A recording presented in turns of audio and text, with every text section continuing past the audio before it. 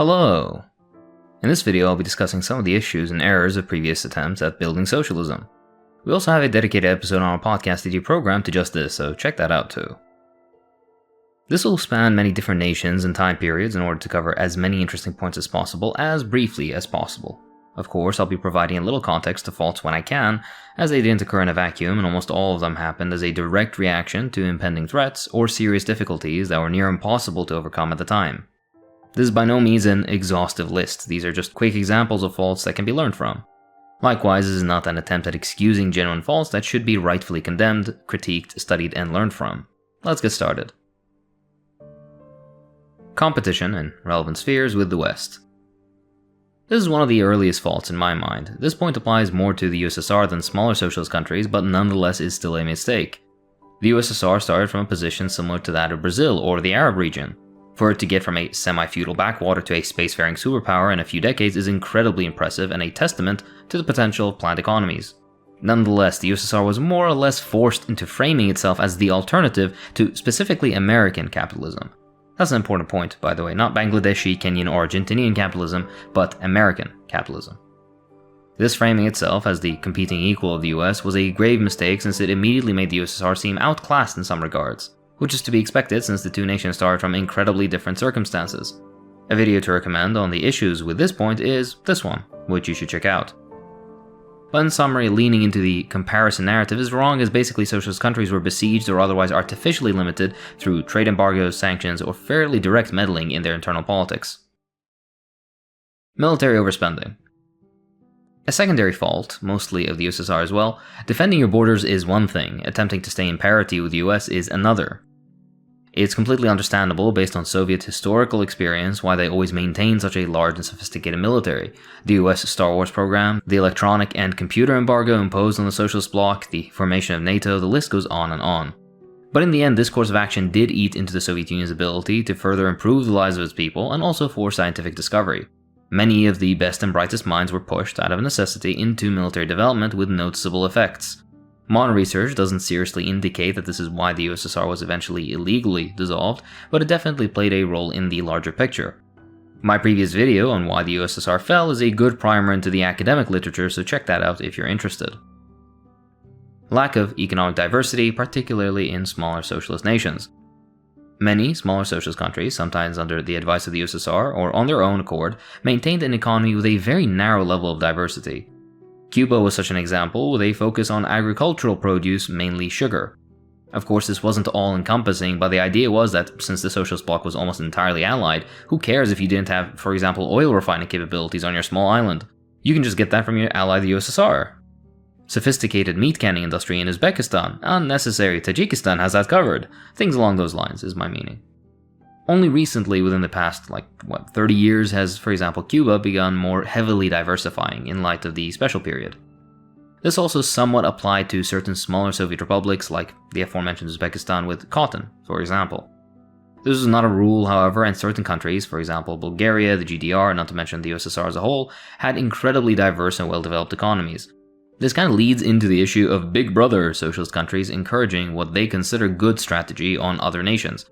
Essentially, the development of self-sufficient industry and high-diversity economies coupled with narrow areas of specialization would allow for, what I personally believe to be, more fraternal and equal cooperation between socialist nations, in which every single one can nonetheless stand on their own for all basic needs.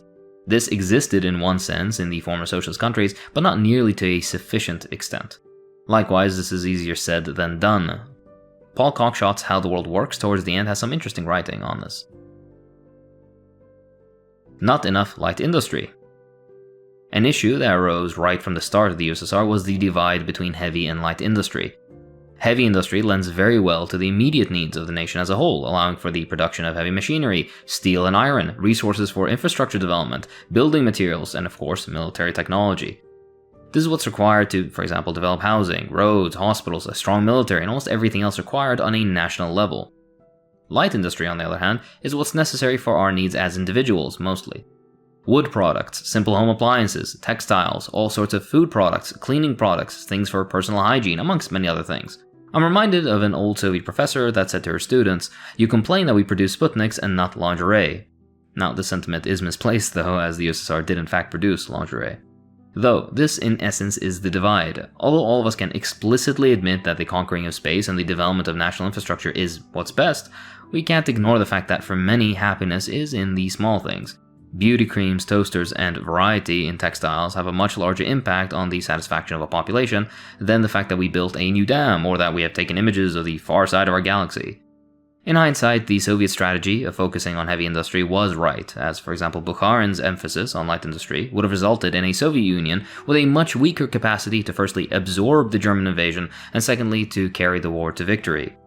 Had the Soviet leadership not emphasized heavy industry, you and I may be speaking German right now, and also dead, because we're lefty Asiatics. Despite that fact, that very emphasis on heavy industry and a relatively smaller emphasis on light industry resulted in some level of discontent among certain sectors of the Soviet population. In fact, many people who had a problem with Soviet society complained of primarily one thing: lack of variety or quality in consumer goods. Humans are strange creatures. This, of course, was the strategy of the USSR and hence was imported without much thought to many socialist nations, resulting in similar shortages or inadequacies of consumer goods and a surplus of heavy industry in some countries like Romania or Poland. The book Soviet Consumer Culture in the Brezhnev Era is decent when read with a critical eye, so check it out. There's also some writing on Yugoslav consumer culture, which was very different comparatively, but that's an entirely different conversation. Back to the video in just a second. Let's hear from today's sponsor, Atlas VPN. For a lot of research that I do for my videos, I end up hitting pages that aren't available in my location. That's frustrating, as you can imagine. Geo-restriction really does suck, but not with Atlas VPN. For those unaware, a virtual private network makes all of your internet traffic travel through an encrypted tunnel. This way, it protects you from spying, public Wi-Fi dangers, and hides your IP address and your online activities. It even allows you to change your location for all your researching needs. Developed by top cybersecurity specialists and IT engineers in 2019, Atlas VPN was created to make the internet accessible and secure for everybody. Currently, it has more than 6 million users worldwide, and boasts the best VPN deal on the market, with the most affordable online protection plan for just under $2 per month, if you can believe it, with a 30-day money-back guarantee. So, what are you waiting for? Go down to the description and click that link and use my code Hakeem to get a 3-year subscription for just $183 a month, with 3 months free. But that's not all. You get blazing fast speeds for streaming or gaming, unlimited protection for all your devices, an inbuilt ad and malware blocker, and you'll get to save some extra cash as Atlas VPN will find you the best deal online from everything from your online subscriptions to airlines, hotels, and more. Right now, Atlas VPN is running a huge discount. It means you can get a 3-year subscription for just $183 a month with a 30-day money-back guarantee. Time is running out, so get your deal by clicking the link in the video description below. Massive thanks to Atlas VPN for the sponsorship. This is what allows me to pay my editor fairly, so the support is highly appreciated. Alright, back to the video. Not enough democratic participation. Of course, the modern bourgeois peddled notion that there was no democracy in the former socialist experiments is blatantly false. Modern research, what the CIA actually believes, as well as what the Soviets said all along, turned out to be unsurprisingly true. There was democracy of a different kind, a proletarian democracy, which resulted in societies far more participatory than any Western liberal democracy. Cuba is a living example of said socialist democracy. Regardless, just because the Soviet Union or the GDR was more politically participatory than the US, a fact only those blind to ideology deny, does not mean that those nations were without fault. There was definitely more room for workplace democracy, as the state it was in the USSR was relatively underdeveloped and unsatisfactory for socialist expectations. The system of trade union representation was not as independent as one would hope, and there were way too many rubber stamping committees to be comfortable. Of course, all of this arose from this or that necessity, but it's something to learn to avoid in the future. On the other hand, most of the issues I currently have with Soviet political democracy have been pretty much corrected, or are in the process of being corrected, in Cuba. Great books on this topic include Cuba and Its Neighbors, Democracy in Motion by Arnold August, and How the Workers' Parliament Saved the Cuban Revolution by Pedro Ross. Some may feel the existence of only a single party, as well as democratic centralism, are likewise issues. I personally disagree, and several socialist examples had multi-party democracy as well, but I'm only mentioning these for posterity's sake. Restrictions on cultural expression. This is a particularly severe point. Considering the USSR, there was a strong drive at first for local cultural expression, the development of local languages, the maintenance of local traditions, and religions amongst other things. Around the mid-30s, though, a subtle change occurred, with local language scripts being changed to Cyrillic, for example. Not that big of a deal, but still not ideal. The biggest change occurred during the Brezhnev era and onwards. Passive Russification took place in that there was never any active repression of a particular ethnicity outside of World War II era deportations, which likewise were mistaken, But in order to climb higher in life, as well as through the dissemination of Russian culture throughout the republics, many mastered Russian instead of their native tongues, adopted Russian traditions, started naming their children Russian names, and for all intents and purposes became Russian. This, combined with the moving of Russian technical experts into the smaller republics, spread some level of discontent and directly contributed to the reactionary petty nationalisms of non-Russian ethnicities towards the end of the USSR. This reached its tip when, in Kazakhstan, Kazakhs not only became a minority in their own republic, but the Central Committee of the Kazakh branch of the Communist Party had not a single Kazakh on it. I don't think I need to explain how grave of a mistake this was. In my personal opinion, this was one of the worst, most easily avoided mistakes of the USSR. In another vein, Albania also had incredibly strange and unnecessarily repressive limits on cultural expression. An example of this would be the name list, an official list of first names you can name your child, which were supposedly neutral, purely Albanian names. Mild repression hit Christian names, or so-called Christian names, but the blunt of the repression, similar with every other aspect in Albania, hit the Muslim population. People with traditionally Islamic names were forced to change their names to neutral Albanian, or ironically, and I believe somewhat intentionally, to Christian ones. This was absolutely unnecessary and is honestly really stupid. There are other examples of this sort of thing, Bulgaria comes to mind, but you get the point, this was bad. Repression of religious practice. Building up from the previous point, the severe repression of religious expressions was one of the, if not the worst mistake of former socialist experiments. Religion and spirituality are something that will always remain in one way or another, particularly in historically religious communities. Religious communities of all types survived and adapted from slave societies to feudal or other pre-capitalist formations through capitalism and will definitely endure in one way or another during socialism and eventually possibly even communism. For a socialist government to not only deny public religious expression of any kind, but to also actively repress it with militant atheist gangs wandering the countryside, yes, this happened, and active anti-religious education in schools only lends reactionary forces power.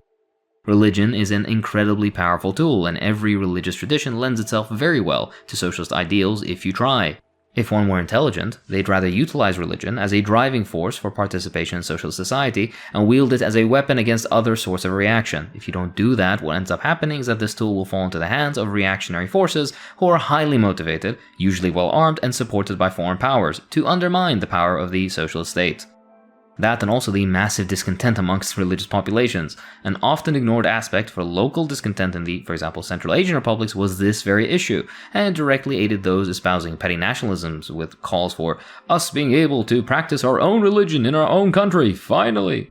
I've heard too many stories from people I know having to secretly baptize their children, or people having to hide religious texts in false walls and secret pits in fear of authorities. My own father, who studied many years in the USSR on a trip to Azerbaijan, had people follow him to his hotel room begging him to teach them how to recite the Quran properly. This is not what socialism should stand for, and is definitely something that deserves the most severe condemnation. If you want humanity, the vast majority of which is religious in one form or another, behind your political cause, you need to have a coherent and positive religious strategy. Don't forget the reason many Muslims supported the Bolsheviks early on is because they promised they'd defend their mosques and right to worship. Want to know the best part? After nearly a century of unrelenting state atheism, socialism died and religion sprung up again as if it never disappeared. The errors of that strategy are crystal clear.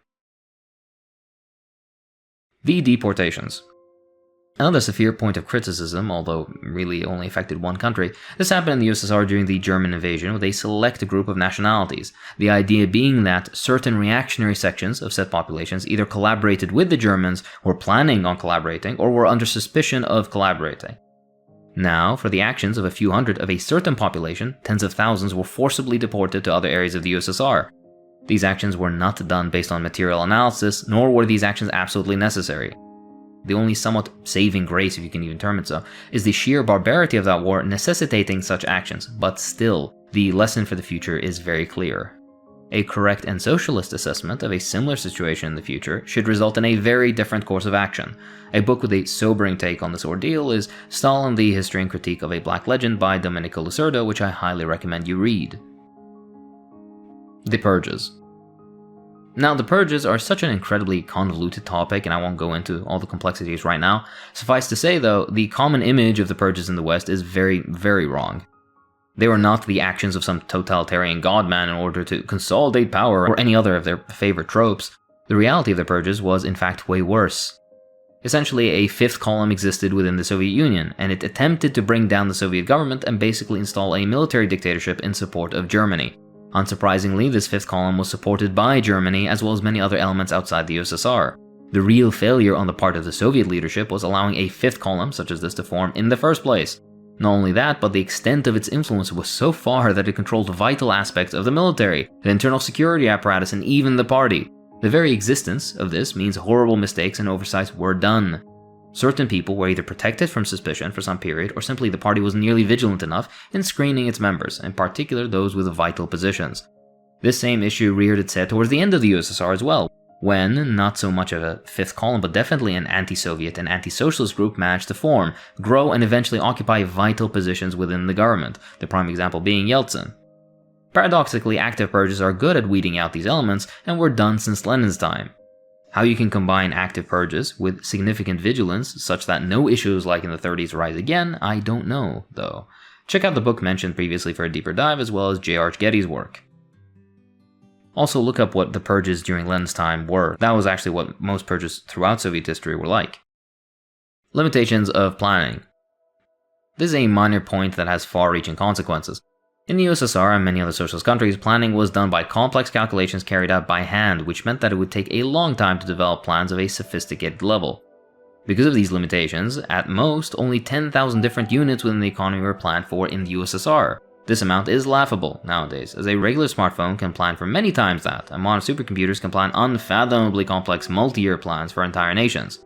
The issue is that, even with the development of computers, the Soviet Union stuck to small-scale planning and later on broke up the central planning committees into many regional planning committees with non-binding plans, essentially becoming directives that technically didn't have to be followed. This happened even though revolutionary new methods for planning with the limitations of the time had taken place, for example with Project Cybersyn in Allende's Chile. In fact, Chile's Cybersyn project was only a small-scale imagining of Glushkov's OGAS system. This system was to essentially be an internet system that spanned the entire territory of the Soviet Union and would have radically eased as well as developed the planning capacity of the USSR. Not only this, but it would have most likely developed into a civilian internet network for the spread of information, much like the modern internet.